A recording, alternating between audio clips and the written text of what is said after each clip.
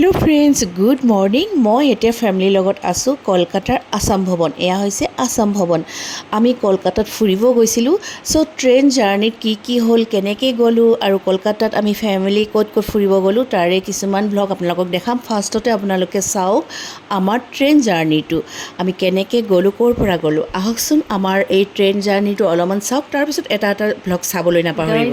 এয়া packing ready. এতিয়া আমি গৈ আছোঁ কলকাতালৈ। চ' একদম ৰেডি। মই ভি আই পি দেখোন সেইখন চিঙাই নাই। চ' আমাৰ পেকিং ৰেডি। এতিয়া আমি যাম কলকাতা। আচলতে আমি গুৱাহাটীৰ পৰা টিকেট পোৱা নাছিলোঁ কলকাতালৈ। চ' সেইকাৰণে আমাৰ টাইম নিমিলে কাৰণে আমি ৰঙিয়াৰে কাটি দিলোঁ। আৰু এয়া হৈছে ৰঙিয়াৰ ষ্টেচন। চ' আমি গৈছিলোঁ আমাৰ ভাইটিৰ ফেমিলি আৰু আমাৰ ফেমিলিৰ লগত ফুৰিবৰ কাৰণে কলকাতা। চ' আমি ৰঙিয়াত সেই ৰাতি যাব লগা হৈছিল আৰু তেতিয়া বাজিছিল 2টা, মানে 2টাত আমাৰ ট্ৰেইন আছিল। আমি 2টাৰ আগতে গৈছিলোঁ ৰঙিয়াৰ ষ্টেচনলৈ। চ' এয়া হৈছে ভাইটি। চ' আমাৰ গোটেই ফেমিলি এতিয়া ৰঙিয়াত আছোঁ আৰু আমি ৰখি আছোঁ এতিয়া ট্ৰেইন। আৰু ট্ৰেইন আছে 2টা বজাত আৰু আমাক থ'ব গৈছিল গাড়ীৰে মোৰ ল'ৰা আৰু মোৰ জোঁৱাই। চ' আমি এতিয়া বহি আছোঁ আৰু আমি ৰঙিয়াৰ ষ্টেচনৰ পৰা আমি যাম কলকাতালৈ। আৰু ট্ৰেইনখন গুৱাহাটীৰ পৰা নাছিল, ট্ৰেইনখন আছিল ডিব্ৰুগড় টু কলকাতা, মানে ডিব্ৰুগড়ৰ পৰা কলকাতালৈ ট্ৰেইনখন আছিল। সেইকাৰণে আমি তেনেকৈ যাব লগা হ'ল সেই ৰাতি। চ' টাইম নিমিলে কাৰণে আমি তেনেকৈ গ'লোঁ আৰু ভালেই লাগিছে। বাই বাই দিয়া, বাই বাই দিয়া পাপাক। চুম দিয়া পাপাক, আৰু এটা চুম এটা দিয়া। প্ৰবীণ তেতিয়া যাব। পাঞ্চিয়ে পাপাক বাই বাই ক'ব। এই পাপা গ'ল। বাই বাই কোৱা, বাই বাই, বাই বাই কোৱা।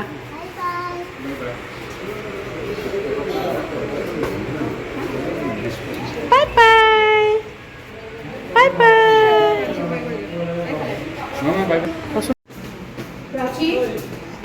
কি হ'ব যা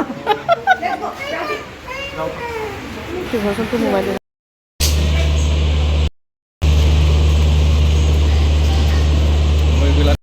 বজাত খোজকাঢ়ি আছোঁ।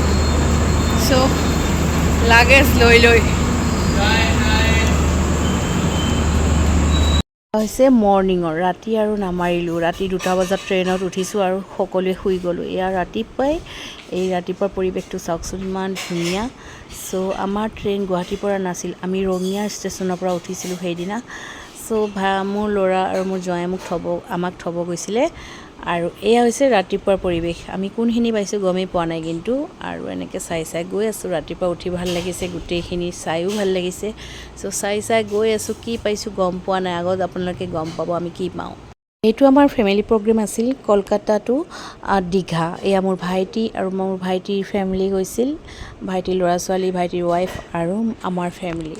চ' এয়া নাতিপুতি সকলো গৈছে মোৰ লগত। চাওকচোন কিমান উৎপাত কৰি গৈছে। ট্ৰেইনখনত মানুহ বেছি নাছিল আৰু বহুত ধুনীয়া আছিল ট্ৰেইনখন। চলিবিলাক উৎপাত, এটা এইপিনে মই দেখাই আছোঁ। এইয়া ইমান উৎপাত এই দুটা। চোৱা, তোমাক কৈছোঁ বেট গাল বুলি ক'ব চবে। থৈ দিয়া গালটো, থৈ দিয়া। বেট গাল কৈ দিব, থৈ দিয়া। এই বহি আছে ককা ঘৰত। এইয়া ককাই কিবা খাই আহিছে।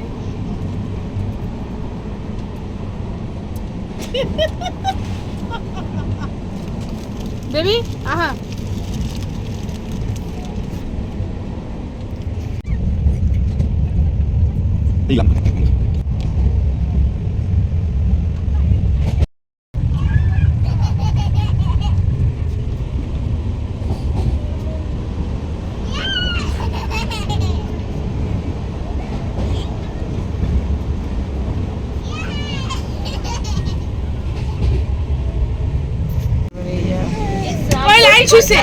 লাইন ছুইছে, মাই গড।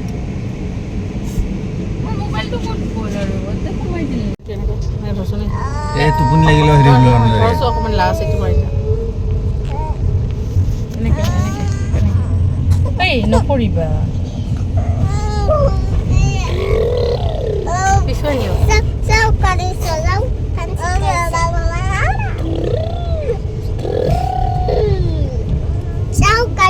ভিডিঅ' উঠি নাকি?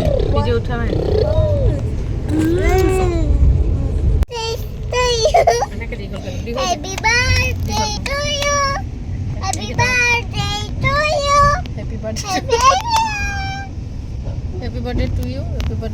birthday to you. Happy birthday, happy birthday. Happy birthday to you. Happy birthday. Happy birthday. Happy birthday to you. Happy birthday, Anna. Malda, Malda palu na. Malda mane Kolkata ni. Itu. Itu dah. Yay! ট্ৰেইনখনত আমি বহুত ফূৰ্তি কৰি গৈছিলোঁ কাৰণ আমি family গোটেইকেইটা লগ লাগিছিলোঁ, ভাইটিৰ ফেমিলি, আমাৰ ফেমিলি, চব ভাল লাগিছিল। তাতে আকৌ সৰু সৰু বেবী দুটাও লৈ গৈছিলোঁ আৰু কলকাতা আৰু দীঘাত যাম বুলি মানে এক্সাইটেড চবকেইটা, মানে দীঘা চাব বহুতেই মন আছিল। সেইকাৰণে মানে গ'লোঁ আৰু গৰম হ'লেও গ'লোঁ, তাতেতো গৰম জানো, কিন্তু গৰম হ'লেও দীঘা চাব মন আছিল। চ' গৰম বন্ধ দিছিলে, সেইকাৰণে আমি গোটেইকেইটা একেলগে ওলালোঁ।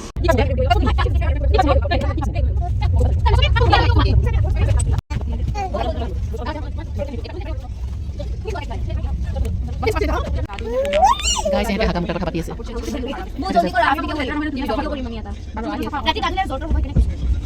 তই ক'ত থাকিবি সেইবিলাক কথা সুধি আছে।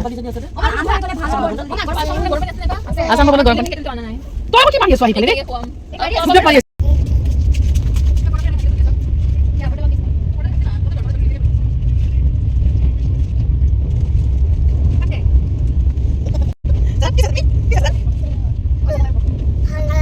Papa, oh papa, oh papa.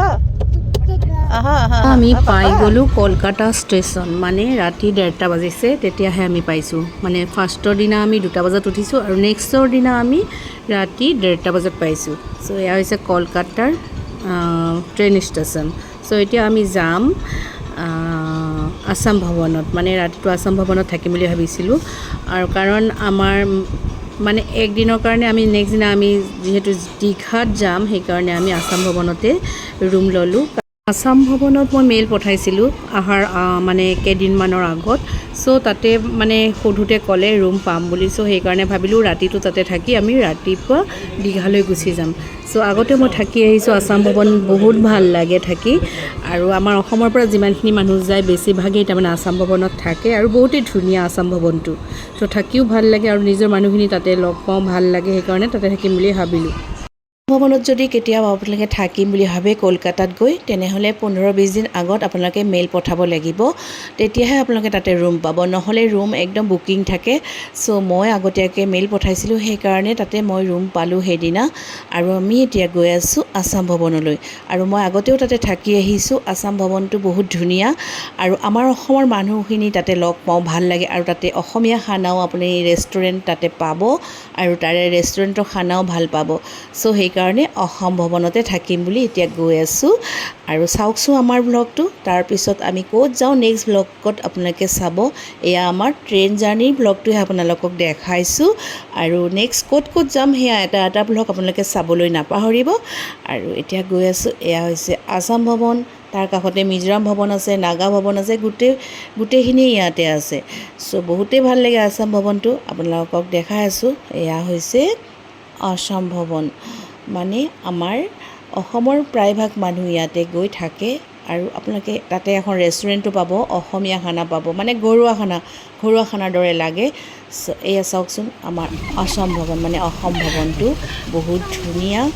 আৰু মই ফাৰ্ষ্ট তাতে থাকি অহাৰ কাৰণে মই তাতে থাকিম বুলি মোৰ ফেমিলিক লৈ গ'লোঁ। চ' মেইলো পঠাইছিলোঁ আৰু ৰুমো পালোঁ। ত' থেংক ইউ তেওঁলোকক, তেওঁলোকে সেই ৰাতিখন আৰু ৰুম ঠিক কৰি থৈ দিছে এই 2টা বজাত। চ' আসাম ভৱনৰ ষ্টাফখিনি বহুতেই ভাল, তেওঁলোকৰ ব্যৱহাৰো ভাল, যিহেতু তেওঁলোক আমাৰ অসমৰ হয়। চ' এতিয়া আমি ইয়াতে ৰাতি থাকিম।